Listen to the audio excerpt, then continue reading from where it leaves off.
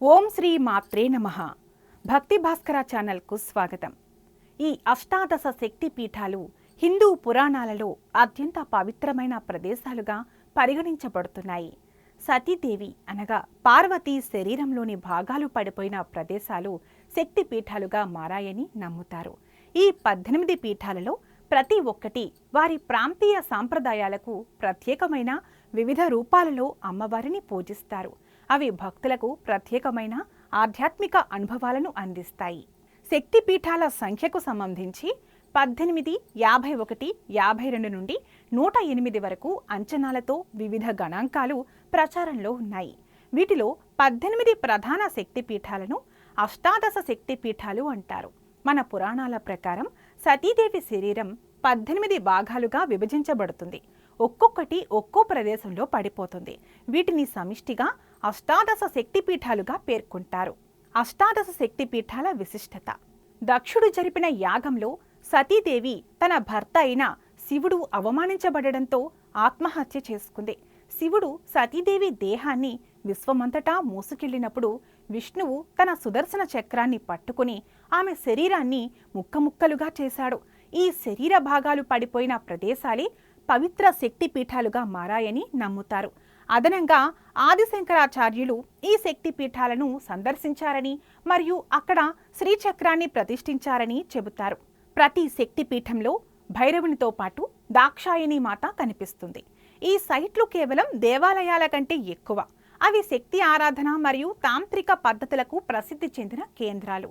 ఈ వీడియోలో శక్తిపీఠాల గురించిన అన్ని వివరాలను పరిశీలిద్దాం. అష్టాదశ శక్తిపీఠాలు మరియు ప్రాంతాలు, అమ్మవారి రూపాలు, విశిష్టతలు ఇప్పుడు తెలుసుకుందాం. మొదటి శక్తిపీఠం సాంకరీదేవి ఆలయం శ్రీలంకలోని త్రింకోమలి నగరంలో ఉంది. ఇక్కడ సతీదేవి తొడ భాగం పడింది అని చెబుతారు. కొన్ని చోట్ల హృదయ భాగం అని కూడా చెబుతారు. ఈ ఆలయం యొక్క ప్రత్యేకత: ఇది ఆదిశక్తిగా పూజింపబడిన మొదటి శక్తిపీఠంగా ప్రసిద్ధి. ప్రస్తుతం ఈ ఆలయం పోర్చుగీసు వారి దాడిలో నాశనమైందని చెబుతారు. రెండవ శక్తిపీఠం కామాక్షి ఆలయం తమిళనాడులోని కాంచీపురంలో కలదు. ఇక్కడ అమ్మవారి నాభిభాగం పడింది అని చెబుతారు. కొన్ని చోట్ల కంటి భాగం అని కూడా చెబుతారు.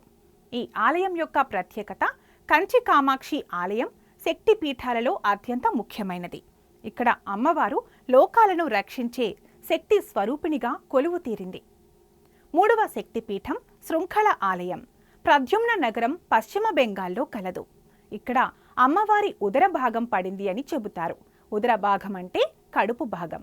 ఈ ఆలయం యొక్క ప్రత్యేకత: ఈ ప్రదేశంలో అమ్మవారు శృంఖలాదేవిగా పూజింపబడుతుంది. ప్రస్తుతం ఇక్కడ ఆలయం ఉన్నట్లు స్పష్టమైన ఆధారాలు లేవు. నాల్గవ శక్తిపీఠం చాముండేశ్వరి ఆలయం కర్ణాటకలోని మైసూరులో కలదు. ఇక్కడ అమ్మవారి కేశాల భాగం పడ్డాయి అని చెబుతారు. కేశాలు భాగం అంటే జుట్టు. ఈ ఆలయం యొక్క ప్రత్యేకత: మైసూరులోని చాముండేశ్వరి కొండపై వెలిసిన ఈ ఆలయం మహిషాసుర మర్దినిగా ప్రసిద్ధి. ఇక్కడ అమ్మవారిని దర్శించుకుంటే శత్రువులపై విజయం లభిస్తుందని నమ్మకం.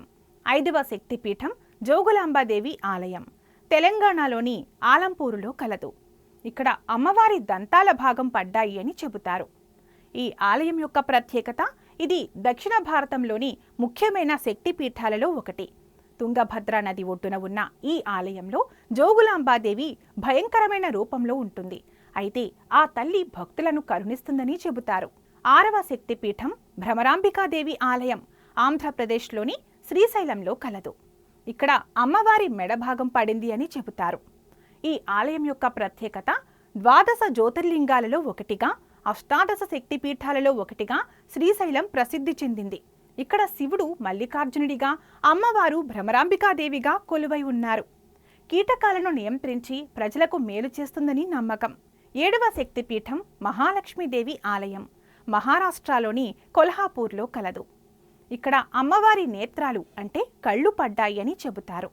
ఈ ఆలయం యొక్క ప్రత్యేకత: ఈ ఆలయంలో మహాలక్ష్మీదేవి శ్రీపీఠంగా కొలవబడుతుంది. ఐశ్వర్యం, సంపదలను ప్రసాదిస్తుందని భక్తుల నమ్మకం. ఎనిమిదవ శక్తిపీఠం రేణుకాదేవి ఆలయం మహారాష్ట్రలోని మహూర్లో కలదు. ఇక్కడ అమ్మవారి 7వ చేయి భాగం పడింది అని చెబుతారు. ఈ ఆలయం యొక్క ప్రత్యేకత: ఈ ఆలయం పరశురాముడి తల్లి రేణుకాదేవికి అంకితం చేయబడింది.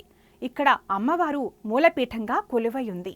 9వ శక్తిపీఠం మహాకాళీదేవి ఆలయం మధ్యప్రదేశ్లోని ఉజ్జయినిలో కలదు.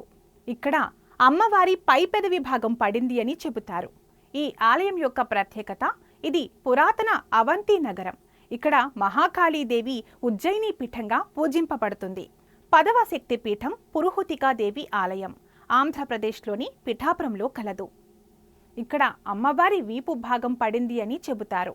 ఈ ఆలయం యొక్క ప్రత్యేకత, ఇక్కడ కుక్కుటేశ్వర స్వామి ఆలయంలో అమ్మవారు పురుహూతికాదేవిగా కొలువై ఉంది. పుష్కరిణీ పీఠంగా ఇది ప్రసిద్ధి. 11వ శక్తిపీఠం బిరజాదేవి ఆలయం ఒడిశాలోని జాజ్పూర్లో కలదు. ఇక్కడ అమ్మవారి నాభిభాగం అంటే పొట్టలోని కొంత భాగం పడింది అని చెబుతారు. ఈ ఆలయం యొక్క ప్రత్యేకత, ఈ ఆలయం బిరజాదేవికి అంకితం చేయబడింది. ఇది ఉద్యాన పీఠంగా ప్రసిద్ధి.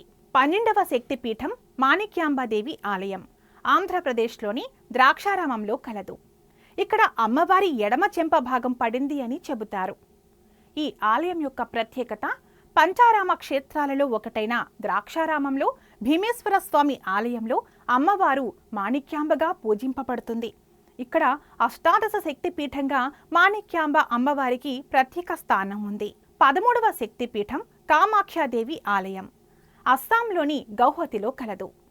ఇక్కడ అమ్మవారి యోని భాగం పడింది అని చెబుతారు. ఈ ఆలయం యొక్క ప్రత్యేకత, ఈ ఆలయం తంత్ర సాధనలకు అత్యంత ముఖ్యమైన కేంద్రం. ప్రతి సంవత్సరం ఆషాఢ మాసంలో అంబవాచి ఉత్సవం జరుగుతుంది. 14వ శక్తిపీఠం మాధవేశ్వరీదేవి ఆలయం ఉత్తరప్రదేశ్లోని ప్రయాగలో కలదు. ఇక్కడ అమ్మవారి వేళ్లు పడ్డాయని చెబుతారు. ఈ ఆలయం యొక్క ప్రత్యేకత, త్రివేణి సంగమం ఉన్న ప్రయాగలో మాధవేశ్వరి అమ్మవారు శక్తిపీఠంగా పూజింపబడుతుంది.